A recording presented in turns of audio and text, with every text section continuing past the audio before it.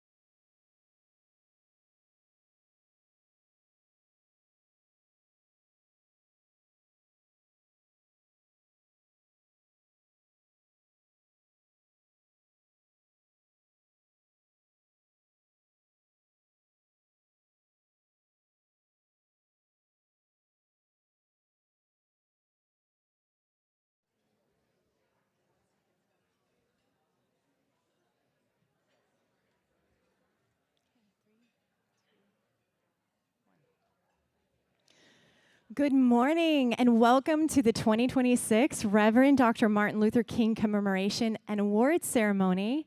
My name is Samantha Maddox and I'm the Operations Manager within the Division of Equity and Inclusion.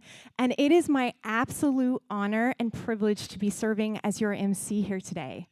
Our theme this year is the courage to belong. And we are so grateful that you've taken this time out of your day to gather in community with us. It is mine and my DEI colleagues' sincere pleasure to host you. And as you continue to enjoy the wonderful meal we are privileged to have before us today, I'd like us just to take a moment and reflect with gratefulness and thanksgiving for the nourishment before us in a time when so many go without. For the warmth of this moment of gathering and community where we can engage meaningfully with each other in a world where so many walk alone. And to acknowledge the courage represented around this room and within this institution in a season that calls us to rise with authenticity, with love, and with empathy.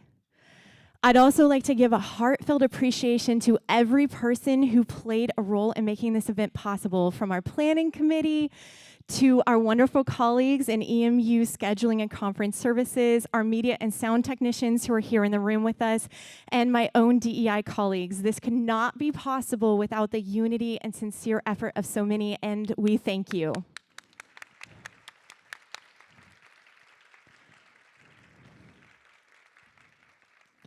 And I'm going to ask my DEI colleagues who are around the room just to give a little wave.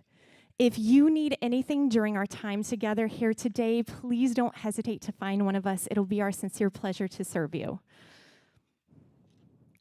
The University of Oregon is located within the traditional homelands of the Southern Kalapuya. Following the Willamette Valley Treaty of 1855, Kalapuya people were forcibly removed to the Coast Reservation in Western Oregon. Today, descendants are citizens of the Confederated Tribes of the Grand Ronde Community of Oregon and the Confederated Tribes of the Siletz Indians of Oregon. We express our respect for our federally recognized tribal nations of Oregon.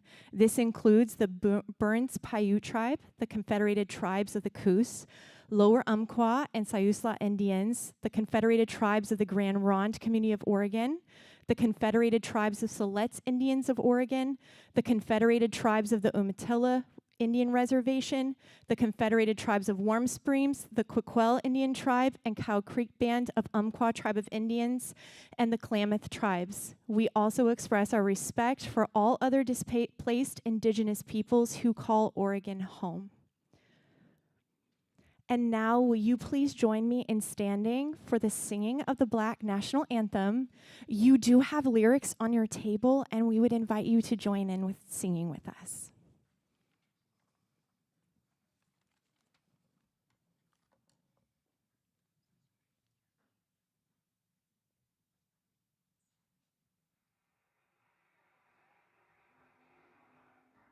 Another thing I want to say to you is that hate isn't our weapon either.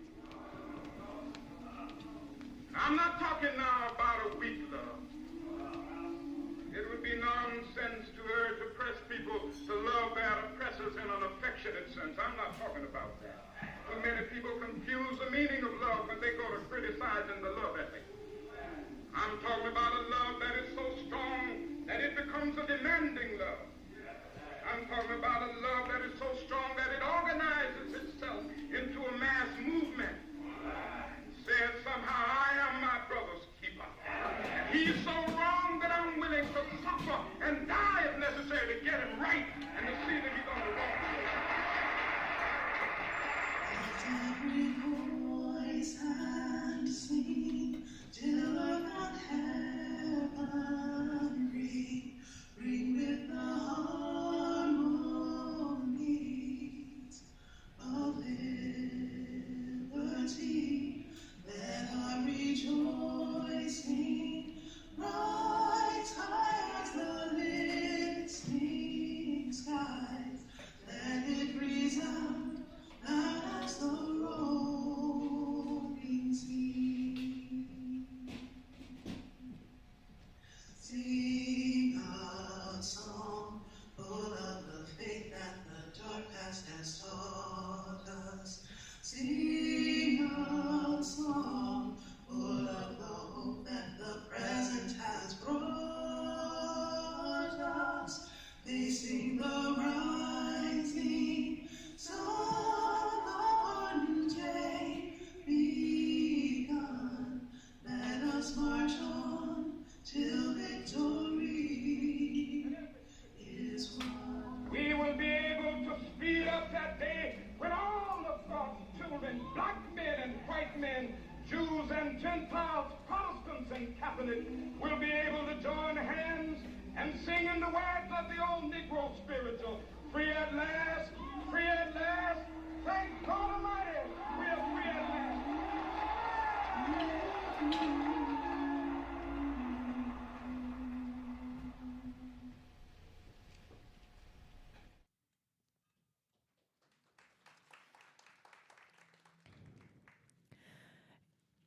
It is my pleasure at this time to welcome to the podium the Vice President of the Division of Equity and Inclusion, Dr. Yvette Alex Asenso.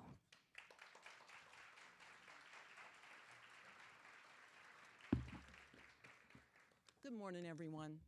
It's such a pleasure to see all of you here today. I was sitting down there so comfortably after that song, I forgot it was time for me to get up. Thank you very much, Mrs. Samantha Maddox, Sam, for your leadership, administrative support, and your opening remarks a moment ago. We're also happy to have all of you here today. Your presence is making this room shine. It's warm in here, despite the fact that it's so cold outside, and that's because of all the warmth that you're bringing here today. Thank you for investing your time and wisdom in this space today. And with a round of applause, will you help me to thank our colleagues in food services for making everything look and taste so delicious for us today?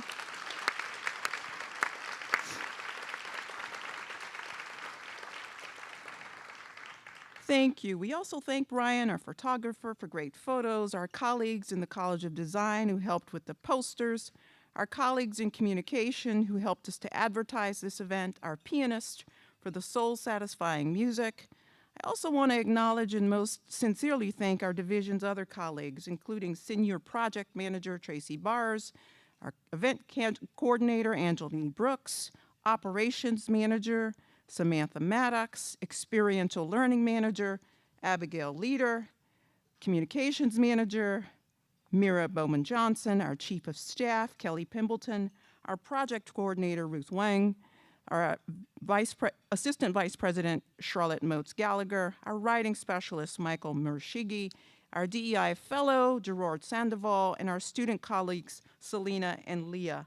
I also want to thank my dear partner and husband for almost 32 years, A.B. Asenso, for his ongoing support. So please join me in a round of applause.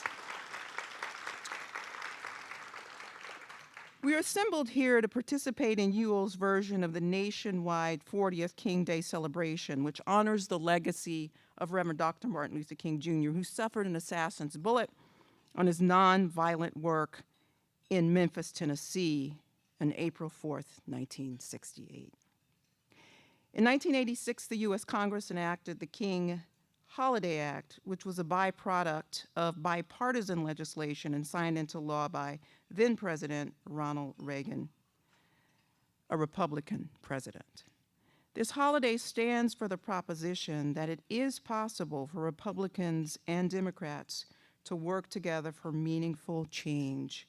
May instances of bipartisanship in deep and substantial ways increase in ways that benefit the common good in America and beyond. As part of our campus celebration, a committee of distinguished campus citizens deliberated extensively to select benefiting awardees for the 2026 Reverend Dr. Martin Luther King Jr. Legacy Award, which we effusively congratulate the awardees, as well as thank all committee members who will be named later. We're also grateful to all of you who nominated colleagues for consideration, and we encourage you to do so in future years as well. We are very grateful for UO leadership led by President Carl Scholes, as well as Provost Long, all of our vice presidents, deans, faculty, staff, and student leaders, indeed all of you for what you do daily to move the work of equity and inclusion forward. We also want to thank First Lady Melissa Scholes for her support and presence here today. In the spirit of Dr. King's hopeful legacy, this year's celebration also includes a focus on authenticity, an idea that was seeded by DEI's Senior Project Manager, Tracy Bars. Authenticity, the ability to be who we were created to be in ways that benefit the common good, is a byproduct of love that is so necessary for people to be seen, felt, loved, and for their contributions to have meaningful impact. I want to end my remarks with a blessing from a Middle Eastern poet and king known as King David. I'm adapting it as a blessing for this campus and community. May our community walk hand in hand with goodness. May we stand beside virtue. May we sit at the seat of truth. May we delight in the spirit of love, and in love's heart may we dwell day and night. May the University of Oregon dwell like a tree planted by the streams of water that yield positive impacts across Oregon and the world beyond. May all that we do give life. Let it be so. At this juncture, I'm very glad to welcome to the podium Sam Maddox, who will move us to the next phase of our program. Again, thank you for being here.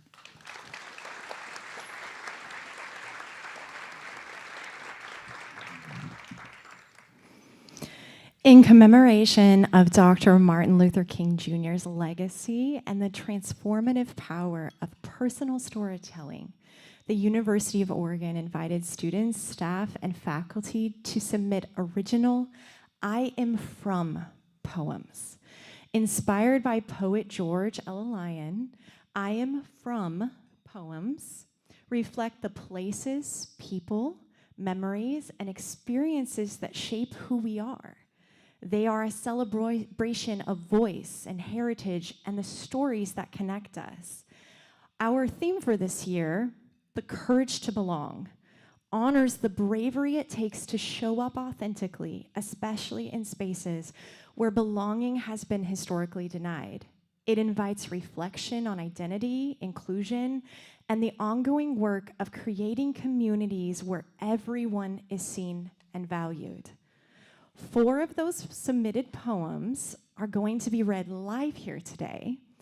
And it is my honor and privilege to welcome our first poem, which was written by Gina Marie Jones and is going to be read by Gina Marie's daughter, Natalia Jones.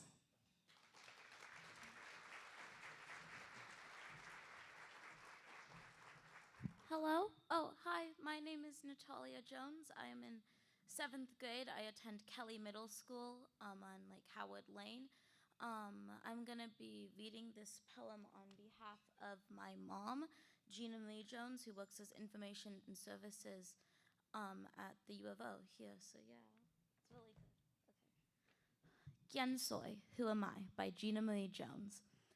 I am from the cocina of my abuela. From tamales and tortillas. Loving, scolding, sometimes cold and sometimes warm. I'm from the dark and fertile earth of Steinbach's Salinas, a place still locked in the dance of white landowners and inmigrantes mexicanos. I'm from the love of tios and tias who forged a road ahead of me. From church on Sunday mornings to pozole and menudo on Sunday afternoons. I'm from Arizona, California, and Texas, the land of Mexico before we became the outsiders. I'm from the flavors of those lands that grew a food, a people, and a culture long before it raised a border. I am American, even when America says I am not.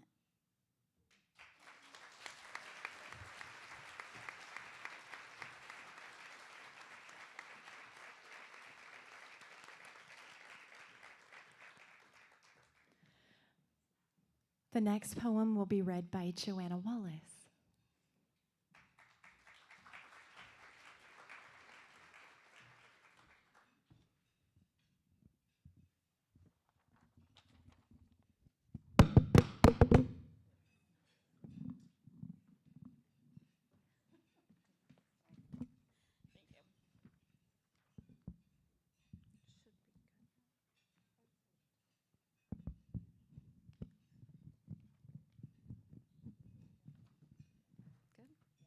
Okay. Sorry about that.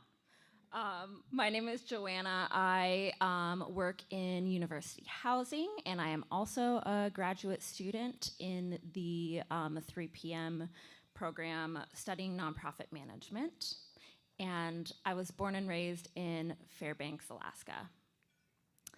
I am from dull scissors, from rock samples and dog kibble. I am from wide windows open to the hills and fading sun, cold glass pressing against my bare cheek. I am from the birch tree, the bitter taste of its leaves, a ladybug spotted on its flaky white trunk, luck sitting just within arm's reach. I am from arguments at the dinner table and books read aloud, from Catherine and Wesley. I'm from coffee shops and cluttered offices, and from explorations into the unknown. I'm from watch your tone and mouths washed out, and a poke in the eye with a burnt stick. I'm from cookie taxes on napkins never wasted, from the northern lights above a long gravel road, mushroom yogurt pie and homemade lamingtons, crumbs for the dogs to clean up. From shoes kicked off in frustration, a picked-at scab that never heals, the little purple sapphire in a clear white box, tucked away under my parents' bed, taken out to secretly admire but never to be worn, its beauty untouched and forgotten. I am from these moments, seized and not returned. A leaf that falls on the uncut lawn fell from the family tree.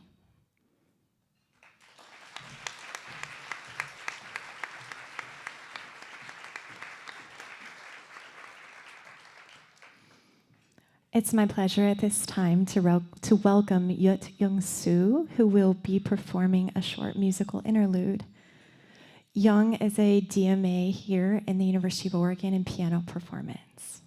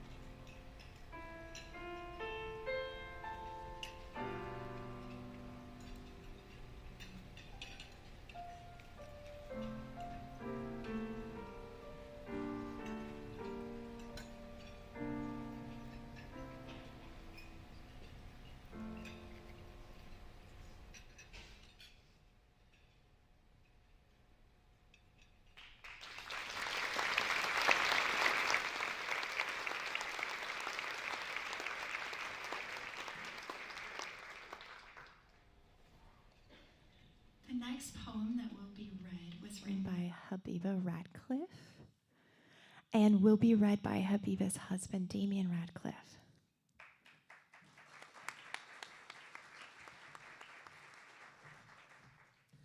Thank you. It's a privilege to be able to participate in this event and represent Habiba. She's currently traveling overseas. She is a master's student in the English Literature program here at U of O, and this is her poem. I'm from a glass-fronted cabinet filled with dishes kept for best, echoes of my face encased in rectangles, and red and blue-edged envelopes marked par avion. From smoldering cigarettes in a glass ashtray and pan leaves on a silver dish. I'm from velveteen prayer mats in every bedroom, a thumbprint of cumin and cardamom in the air. I'm from the yards of saris on the washing line, frigid from a northeasterly wind. The unwanted rhubarb in the garden, whose long-gone limbs I remember as if they were my own. I'm from lips stained red from chewing betel nut and coffee ringed under eyes. From Chacha, who lives in Mile End, and Nanu, who lives on the telephone line. I'm from lifelong Liverpool FC fans watching Match of the Day on Saturdays and Gazelles on Sunrise FM on Friday nights. And from trips to the beach with cousins, picnics of still warm biryani that was cooked at dawn. I'm from a man's home is his castle, and girls should have gold, and a vessel filled with water doesn't move. I'm from a father who pierced his daughter's ears with a sewing needle and a cube of ice, dabbing watery blood on a tissue in the living room. I'm from the London borough of Newham and the Bini Bazaar sub-district of Sylhet. Fish and chips wrapped in white paper when mum was too ill to cook, and boxes of deshi mangoes that Baba carried from Whitechapel. From parents who said goodbye to sons searching for better lives in distant lands so they could have children who didn't have to, but still would. They received their choices like a birthright, an inheritance in the flesh.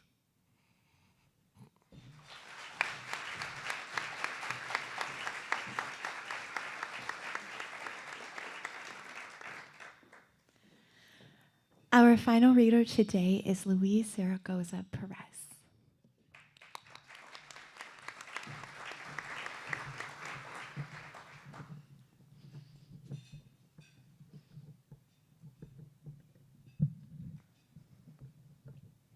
Hello everyone, my name is Louise. I am a student here in the School of Journalism.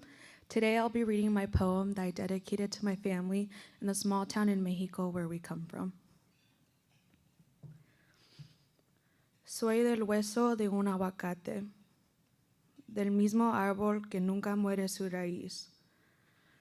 Soy de un café en la tarde, pero tienes que traer tu propia silla. De abuelitos que se dedicaron a ser zapateros, carpinteros y a largos días en el local. Del cobre de Santa Clara. Soy del valor de mis papás por dejar este lugar. Vengo de la novena que mis papás hacen cada año. De los rezos mis vecinos creen. Vengo de tacos en la noche solo para darle una vuelta a la plaza. Vengo de bandas que se escuchan en todo el pueblo. De encontrar un caballero y bailar toda la noche. Hasta los caballos lo siguen. Pero también vengo de encontrar a alguien que me pueda enseñar los pasos. Vengo de preguntarles a mis papás de mis abuelos y tíos y los cuentos del pueblo. De no siempre poder ir a la novena. De rezar que pueda regresar pronto.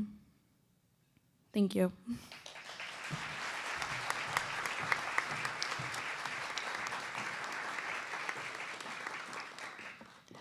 It is my pleasure at this time to welcome once again Yut Young Soo.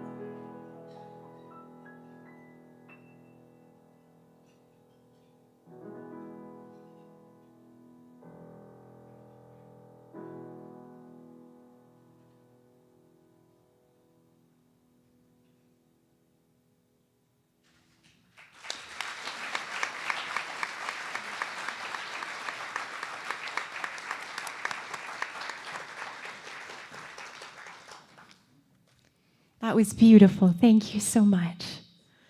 As we transition into the awards portion of our program, it is my pleasure to welcome University of Oregon's President Carl Scholz to the podium. And as he's coming, I also want to just remind you, please feel free to go ahead and go back through and get some more food as we continue through our program. President Scholz. Thank you. Thank you very, very much. It is just fantastic to see this room full of people. So thank you for coming out on this cool day. Coming from Wisconsin, it's like not that cold, but anyway. It's a great honor to be here with you today to celebrate the legacy of Reverend Dr. Martin Luther King. And it's an honor to recognize the exceptional individuals and departments at the University of Oregon that do so much to foster belonging, community, and inclusive excellence. In a 1967 commencement speech at Stanford, Reverend Dr. King commented on the importance of using time wisely to engage in social progress. And what we're doing here today, remembering the life and words of a courageous, great man, is a good use of time. Reverend Dr. Martin Luther King connected the idea of time and how people leverage it as an instrument for change. He said, "We must come to see that human progress never rolls in on wheels of inevitability. It comes through the tireless efforts and persistent work. And without this hard work, time itself becomes an ally of the forces of social stagnation." Today, we're here to honor the tireless efforts and persistent work of individuals in our own community. Their dedication is moving us forward in building a flourishing community that will serve as a foundation for removing barriers and creating the kinds of classroom environments, systems, impactful research, and programs that allow all of us to thrive. This work is not only crucial to our students, but is crucial to the success of the University of Oregon Rising, our strategic plan. Improving our graduation rates, enhancing student success in finding meaningful careers, building a flourishing community, and delivering socially impactful research becomes much easier when we share Dr. Martin Luther King's view of inclusive excellence, the idea that our excellence must be broad and include the voices, experiences, and expertise of people from all walks of life. Today, we're here to celebrate Dr. Rhonda Neese for her, for her world-class research on inclusive skill-building approaches as an alternative to exclusionary discipline. We celebrate Dr. Kristen Yaris for her work on transnational migration and global health.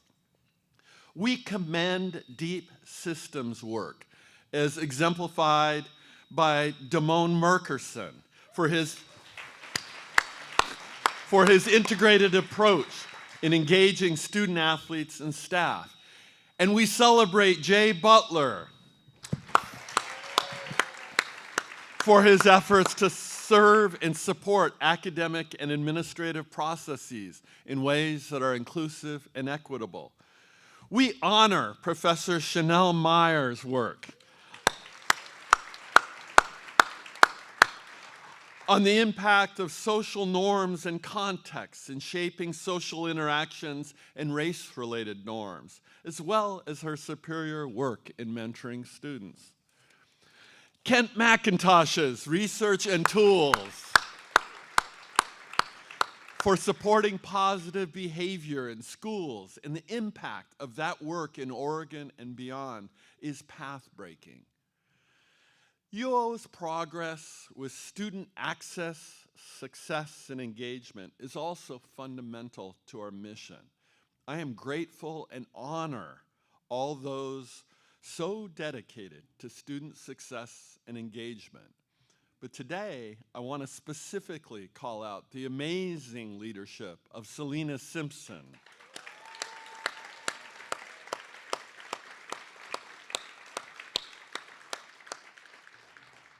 For her work with the Pathway Oregon program, as well as Katie Staton's creative,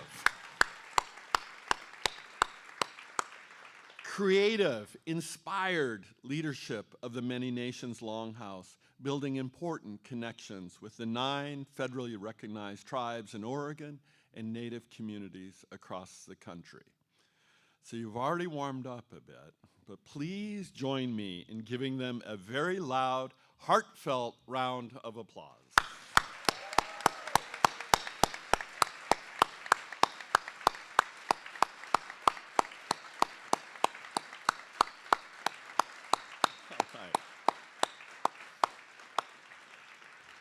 You all are awesome. That's great. So now, let's turn our attention to the screen where we will have an opportunity to hear from our awardees, and after that, we'll give them their awards.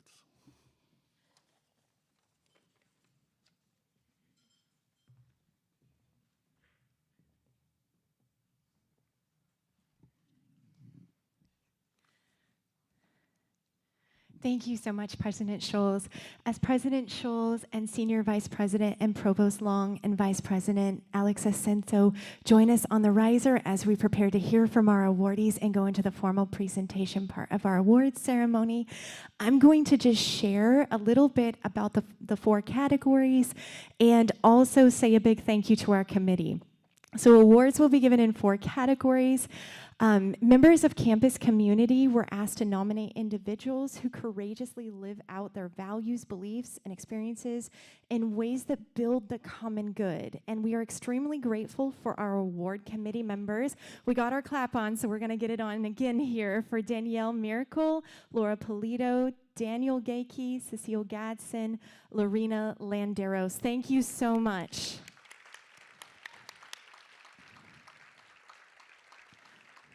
The significance of these specific individuals that helped in the recommendations are each of them have previously received an MLK award, and they expertly evaluated nominees and made final award recommendations. So thank you so much again from the bottom of our community's heart. And we are going to move into our first award category and hear from our first awardee. Our first category is Student-Facing Leaders and Programs. This award recognizes student-facing leaders or programs who demonstrated exemplary commitment to social justice and equity through leadership, scholarship, service, program excellence, community engagement, or advocacy. And our first awardee is Assistant Vice Provost Selena Simpson, Pathway, Oregon.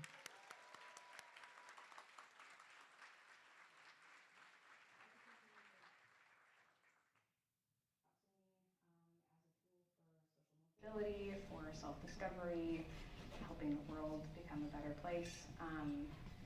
And Pathway Oregon has given me a good opportunity to think about what access looks like, how we as an institution meet our responsibility to students that we're admitting, how we make good on that promise essentially. And that to me is a project of equity and inclusion.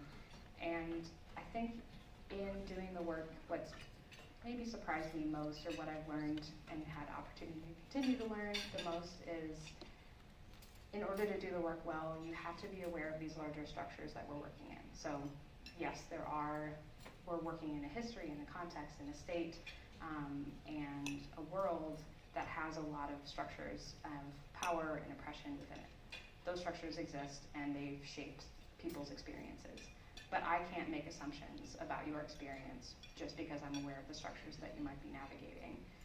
So it's very important to know those structures and how they can have an impact on a person, while also paying attention to the person in front of you and being open to their experience and trying to keep those two things live.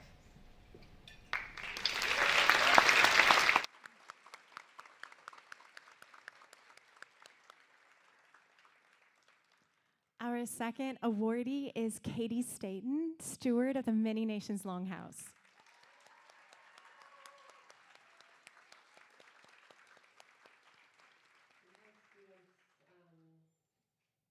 Come into our program that come from really small communities, and being a large university with a growing number of Native students on campus.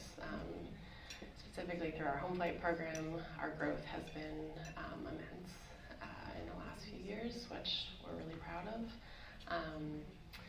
And seeing that they have the opportunities to connect with other Native students, other Native alumni. We really have a strong Native community in the Eugene-Springfield area. Having those connections really allows our students to thrive, allows our students to find that belonging. I view myself as someone that connects our students, connects our community throughout the state and throughout the Northwest, and so connects our students to opportunities. And yeah, so that's a big value for me.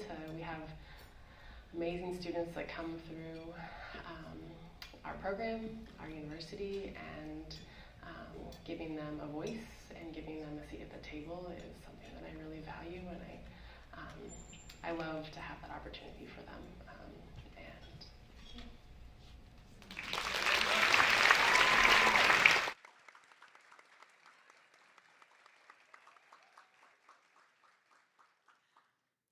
Our next award category is Inclusive Scholarship Award. This award recognizes faculty members who demonstrate exceptional scholarship and creative activity that explores how differences, especially across cultural, social, ideological, economic, geographic, biological, and institutional dimensions, shape lived experiences and societal structures. And our first awardee is Professor Kent McIntosh, Special Education and Clinical Sciences.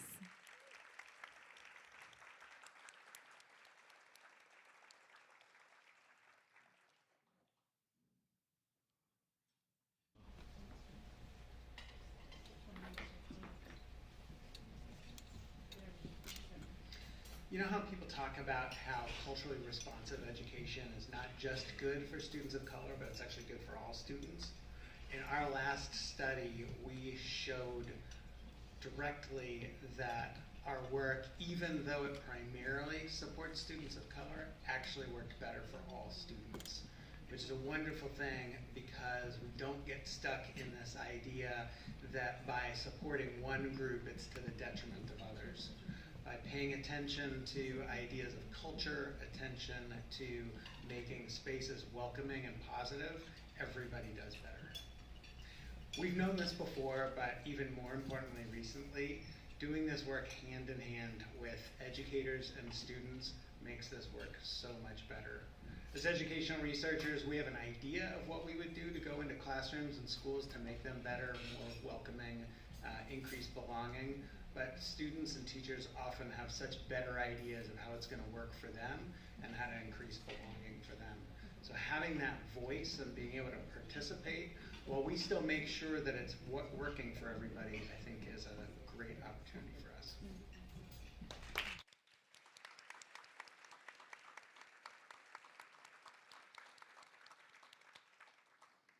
And our next awardee is Professor Chanel Myers, Psychology.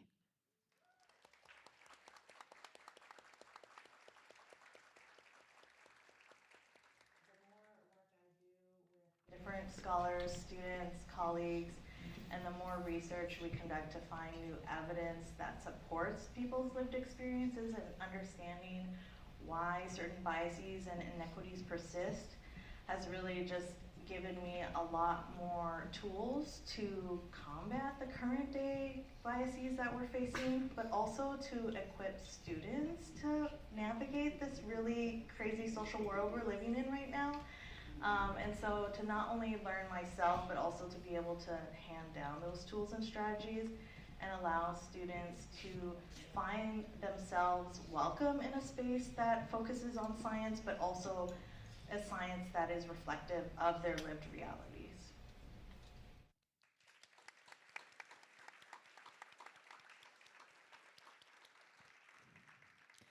Our next award category is Institutional Transformation, and this award recognizes employees who have worked diligently to transform university processes and policies in ways that either remove barriers for faculty, staff, and student achievement, or create new pathways to achievement and flourishing. And our first awardee is Jay Butler, Business Operations Specialist, Provost Administration Services Team.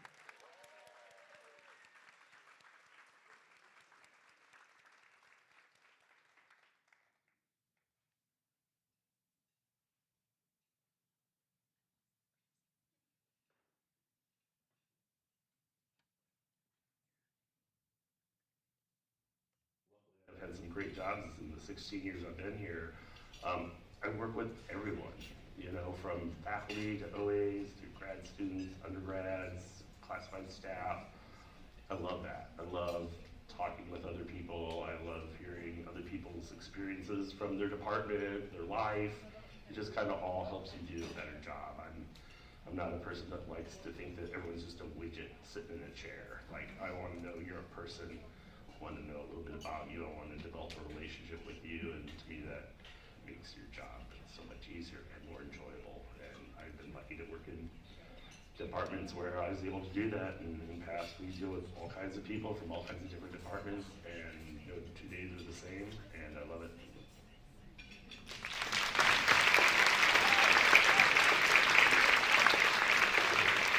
Our second awardee for institutional transformation is Simone Merkerson, Senior Associate Athletic Director, Culture and Engagement, University Athletics.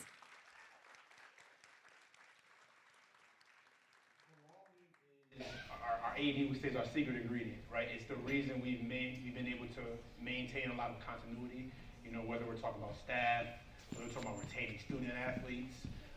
So providing experience, providing a space where everyone can flourish, right, and have the opportunity to not only get what they need to be successful, but also to, you know, become a part of this community, you know. And I think initiatives like our The Oregon one, which is about all adults being their most authentic selves, those things really highlight what we're trying to create a culture that allows us to amplify the different things and different aspects of everybody that comes in, you know, encounters with us. So my job is to identify where the areas we can improve upon, try to create programming that allows people to develop professionally as well as connect community-wise, and in the hopes that it increases the student experience while also, you know, helping our athletic programs, you know, be the best that they can be.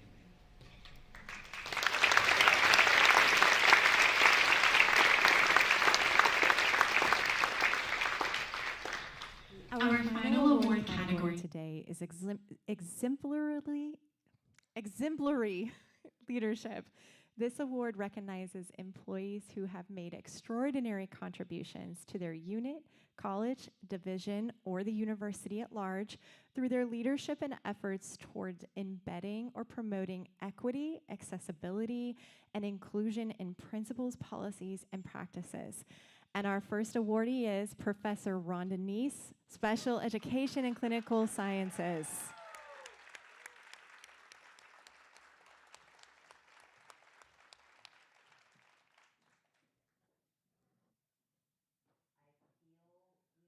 Stronger in my conviction that the work that we do is meaningful, impactful, and needed.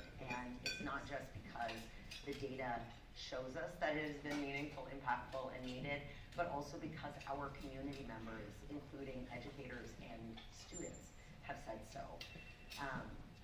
One of the things that has mattered the most, especially in recent years, is that we have stood strong in our ethical grounds related to the research that we do. So me and my team, my incredible lab, have not censored the words that we use in the research that we do. We have not succumbed to pressure to move away from addressing racial and gender-based disparities in our research. We have not been swayed by political pressure or what's socially acceptable. We have not caved.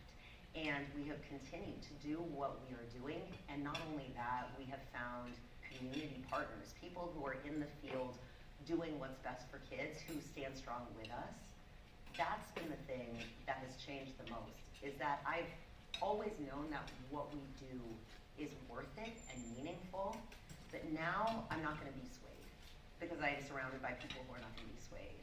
Showing up for kids, showing up for communities is never controversial, not in my eyes.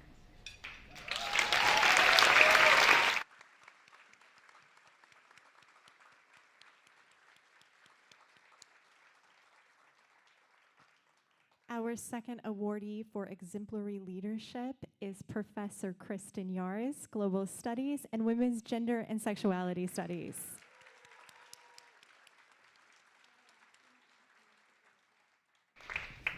That I've been doing on campus and in the surrounding community has been supporting, uplifting the experiences of undocumented immigrant international students, and also by extension their families and broader communities. And so in this work, one of the key things that I've learned, one of the main lessons in this period of time, is to listen to the voices and lived experiences of those who are most impacted by current policies that make them feel unsafe, unwelcome, or as if they don't belong. And from people's lived experiences of unfortunate harm and exclusion, we can learn what needs to be done to foster greater inclusion, greater sense of safety, security, and belonging, not only on our campus here at U of O, but across our communities and across our state.